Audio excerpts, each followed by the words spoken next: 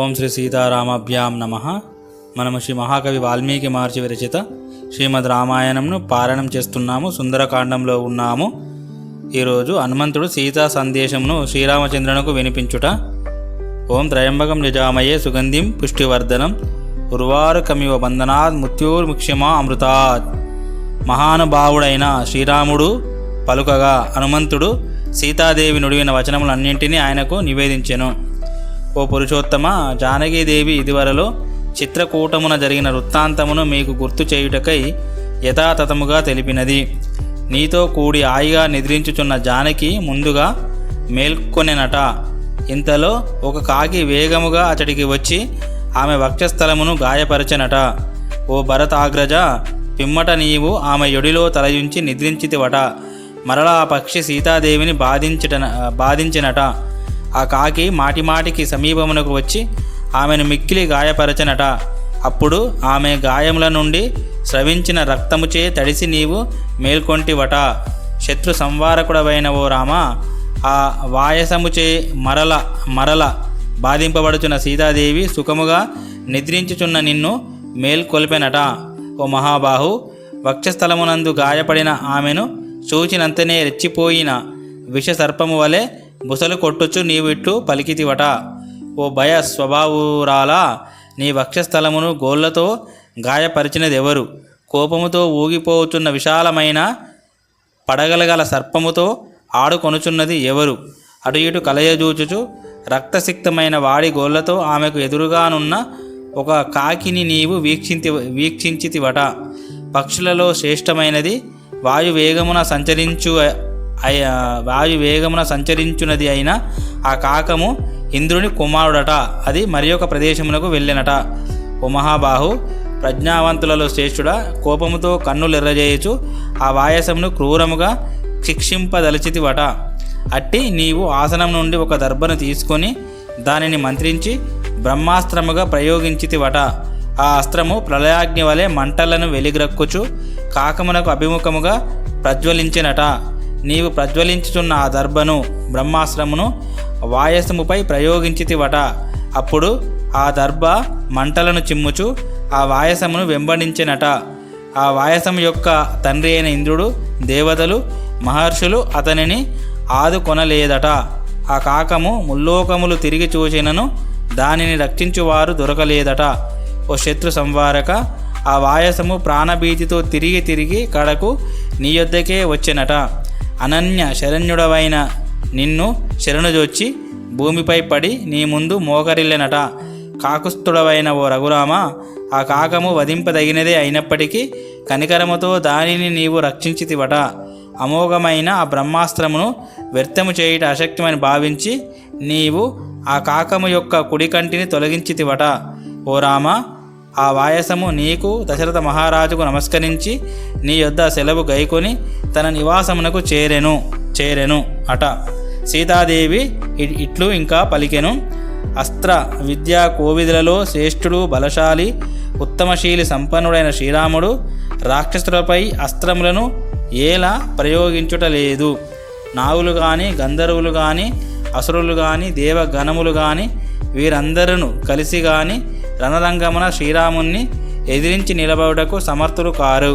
మహాపరాక్రమశాలి అయిన శ్రీరామునకు నా విషయమున కొంచెమైనను కనికరం ఉన్నచో వెంటనే వాడి అయిన బాణములతో యుద్ధమున రావణుణ్ణి హతమునర్పవలెను అన్న అనుజ్ఞను బడసి శత్రు భయంకరుడు, నరోత్తముడు, రఘువంశజుడు అయిన లక్ష్మణుడే అయినను నన్ను రక్షించుటకై ఏల వచ్చుటలేదు. మానవోత్తములైన ఇద్దరు వాయుదేవుని వలె మహాబల సంపన్నులు, అగ్నిదేవుని వలె మహా తేజశాలురు, దేవతలకు అజేయులు. అట్టి మహావీరులు నన్నెందుకు ఉపేక్షించుచున్నారు? అరివీర భయంకరులైన ఆ ఇరువురు విడివిడిగానైనను ఎవరికి వారు సర్వసమర్థులు. వారిరువురు కలిసి ఉండియు నా విషయమును విస్మరించుటకు కారణము నా వలననే కొంచెముగానో గొప్పగాన దోషము వాటిల్లి ఉండవచ్చును. ఇందులకు సందేహము లేదు.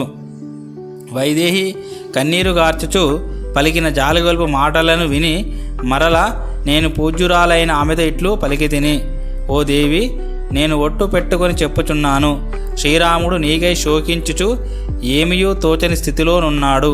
అతడు దుఃఖమున మునిగియుండుటచే లక్ష్మణుడు పరితపించుచున్నాడు. ఎట్టకేలకు నిన్ను చూడగలిగి తిని. ఇది దుఃఖింపవలసిన సమయము కాదు అమ్మా. అనతి కాలంలో ఈ దుఃఖములన్నీ సమసిపోవును.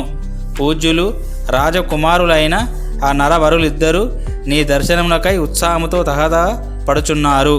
వారు క్రూరుడైన రావణుణ్ణి అతని పరివారములను సమరభూమికి బలి ఇచ్చి లంకను భస్మమునర్పగలరు.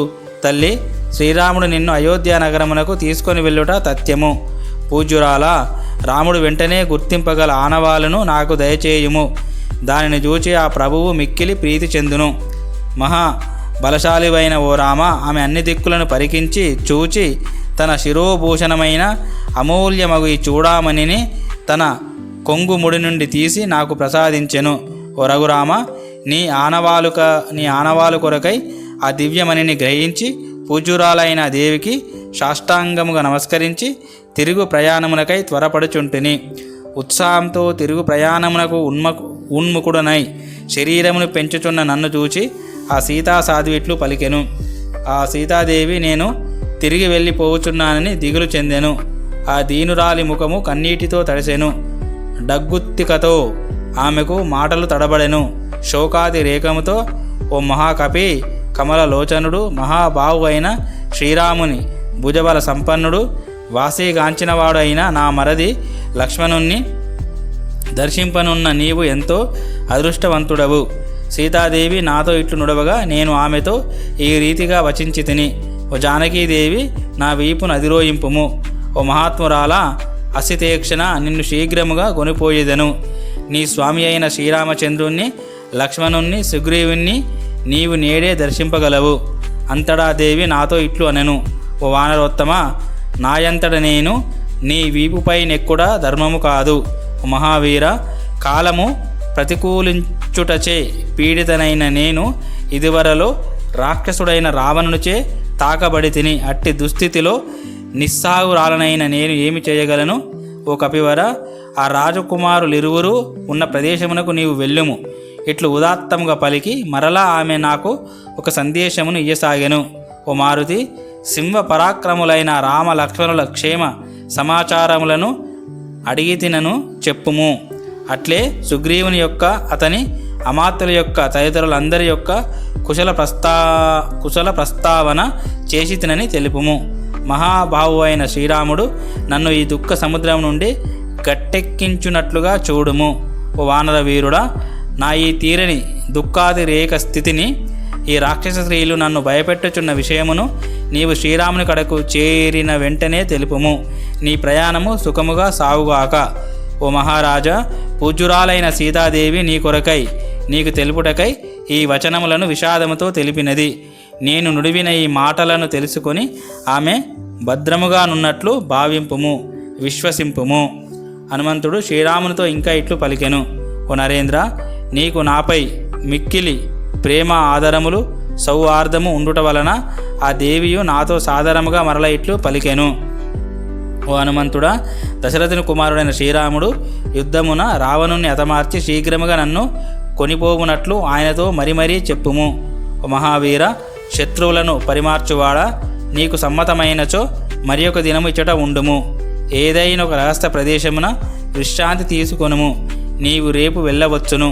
ఓ పరాక్రమవంతుడా, నా సమీపమున నీవు ఉన్నచో మందభాగ్యురాలనైన నా యొక్క ఈ అంతులేని శోకము ఒక్క క్షణకాలము పాటైనను దూరమగును. పరాక్రమవంతుడవైన నీవు వెళ్ళిన పిమ్మట తిరిగి వచ్చు వరకు నా ప్రాణములు నిలుచుటయో సందేహాస్పదమే. ఇందులకు సంశయము లేదు. ఓ మహావీర, నీవు ఇచ్చటి నుండి వెళ్ళినచో నీ దర్శన భాగ్యము నాకు దూరమగును. అందువలన ఇప్పటి నా దుఃఖము ఇనుమడించి అది ఇంకను నన్ను బాధించును. ఆ విధముగా నేను దుఃఖ పరంపరకు లోనై ఇంకను దుస్థితుల పాలగుదును. ఓ కపివర, నీవు సర్వసమర్థుడవే. నీ విషయము అట్లుంచుము. నీ సహాయకులైన బల్లూక వానరుల విషయమున ఒక పెను సందేహము నన్ను వేధించుచునే ఉన్నది. దాడ శక్యముగాని మహోదధిని ఆ బల్లూక వానర సైనికులు ఆ దశరథ రాజకుమారులిరువురు ఎట్లు దాటి రాగలరు? ఈ మహాసాగరమును లంఘించుటకు మిగులు బలశాలురైన గరుత్మంతునకు, నీకు, ఆ వాయుదేవునకు, ఈ ముగ్గురికి మాత్రమే సాధ్యము. ఇతరులకు అది అసాధ్యము. కార్యసాధకులలో శ్రేష్ఠుడవైన ఓ మహావీర, అందువలన ఇట్లు అతిక్రమింప శక్యముగాని సముద్రమును లంఘించు కార్యసాధన విషయమున ఏ ఉపాయమును ఆలోచించుచుంటివి తెలుపుము. శత్రువీరులను సంవరించు ఓ మారుతి, ఈ కార్యమును సాధించుటకు సర్వసమర్థుడవైన నీవు ఒక్కడవే చాలుదువు. కానీ ఈ బల ప్రదర్శన వలన నీ కీర్తి ప్రతిష్టలే పెరుగును, నాకు గాని శ్రీరామునకు గాని కలుగవు. శ్రీరాముడు సమస్త బలములతో ఇచ్చటికి వచ్చి రణరంగమున రావణుని హతమర్చి విజేతయై అయోధ్యానగరమునకు నన్ను తీసుకొని పోయినచో అది ఆ ప్రభువునకు నాకు యశస్కరము. ఆ శ్రీరామునకు భయపడి రాక్షసుడైన రావణుడు వంచనతో నన్ను వనము నుండి అపహరించెను. ఇప్పుడు నీవు రావణుని కన్నుగప్పి నన్ను తీసుకొని పోవుటకు రాముడు ఇష్టపడడు. ఏలననా అతడు వీరుడు, నేను వీరపత్నిని. శత్రు బలములను రూపమాపగల శ్రీరాముడు తన బలములతో లంకను కల్లోలపరిచి నన్ను స్వయముగా తీసుకొని వెళ్ళుటయే ఆ మహావీరునకు తగును. రణవీరుడు మహాత్ముడైన శ్రీరాముని పరాక్రమమునకు తగినట్లు కార్యసాధన రీతిని నీవు రూపొందింపుము. అర్థవంతములైనవి, ఏతుబద్ధములైనవి, వినయంతో కూడినవి అగు ఆమె మాటలు విన్న పిమ్మట నేను వాటికి ఇట్లు ప్రత్యుత్తరం ఇచ్చి తిని.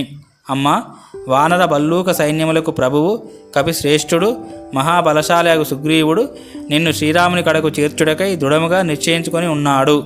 మహాపరాక్రమవంతులు మిక్కిలి బలశాలురు అయిన వానరులు సుగ్రీవుని ఆజ్ఞకు బద్దులై ఉన్నారు. ఆయన మనస్సులో సంకల్పము కలిగిన మాత్రముననే వారు ఇచ్చటికి వచ్చి వాలుదురు. ఆ వానరులు ఆకాశమున గాని పాతాళమున గాని భూమిపై గాని నిరాటంకముగా సంచరింపగలరు. అమిత తేజశ్శాలురైన వానరులు ఎంతటి ఘనకార్యములైనను అనాయాసముగా చేయగలరు. మహాభాగ్యశాలురు, మిక్కిలి బలశాలురు, వాయు మార్గమున సంచరింపగలవారు అయిన వానరులు పెక్కు పర్యాయములు భూమిని చుట్టి వచ్చిరి. సుగ్రీవుని సన్నిధి యందున్న వానరులలో ఏ విధముగా చూచినను నాకంటే గొప్పవారు, నాతో సమానులు మాత్రమే కలరు. నాకంటే తక్కువవారు అచట లేనే లేరు. అల్పుడనైనా నేను ఇచ్చడికి రాగలిగినప్పుడు మహాబలశాలురైన తక్కిన వారి విషయము చెప్పనేలా. సాధారణముగా యజమానులు ఏ కార్యముకైనను చిన్నవారినే పంపుదురు, గొప్పవారిని అంటే పెద్దవారిని పంపరు కదా. ఓ దేవి, ఇక నీవు పరితపింపవలదు, విచారమును వీడుము. ఆ వానరులు అందరూ ఒక్క గంతులో వచ్చి లంకలో వాలగలరు. పవిత్రమైన మనస్సు గల ఓ దేవి, ఉదయించుచున్న సూర్య చంద్రుల వలె తేజోమూర్తులు నరేంద్రులు అయిన రామ లక్ష్మణులు నా భుజములపైకి ఎక్కి ఇచ్చడికి రాగలరు. శత్రు సూదనుడు సింహ పరాక్రముడైన రామచంద్ర ప్రభువు ధనుష్పాని అయిన లక్ష్మణస్వామిని త్వరలో లంకా ద్వారము కడ నీవు దర్శింపగలవు. నఖములు దంతములు ఆయుధములుగా గలవారు, సింహముల వలె పులుల వలె పరాక్రమించువారు, మహావీరులు గజేంద్రుల వలె బలశాలురైన వానరులను త్వరలోనే నీవిచట చూడగలవు. పర్వతముల వలె మేఘముల వలె ఉన్నతులు లంకా మలయ పర్వత సానువులయందు గర్జించుచుండు వారు అగు వానరుల యొక్క ధ్వనులను నీవు శీఘ్రముగానే వినగలవు. శత్రు మర్దనుడైన శ్రీరాముడు వనవాసము ముగిసిన పిమ్మట నీతో కూడి అయోధ్యందు పట్టాభిషిక్తుడవుటను నీవు త్వరలోనే చూడగలవు. నీ ఎడబాటు వలన కలిగిన శోకము చేత రాక్షసులు ఎంతయు పీడించుట వలనను మిక్కిలి పరితాపమునకు లోనైన సీతాదేవికి ధైర్యమును గూర్చి తిని. నా తల్లి మైథిలీదేవికి నేను నీ బల పరాక్రమలను గూర్చి తెలిపి తిని. ఆమెకు తృప్తికరములైన శుభసూచకములైన వచనములతో ఆమెను ఓదార్చి ప్రసన్నురాలని గావించి తిని. అప్పుడు ఆ తల్లి నా సమక్షంలోనే మనశ్శాంతిని పొందినది. ఇంతటితో సుందరకాండము సమాప్తము. ఓం శాంతి శాంతి శాంతి. హరి ఓం తత్సత్. సర్వం శ్రీరామకృష్ణార్పణమస్తు.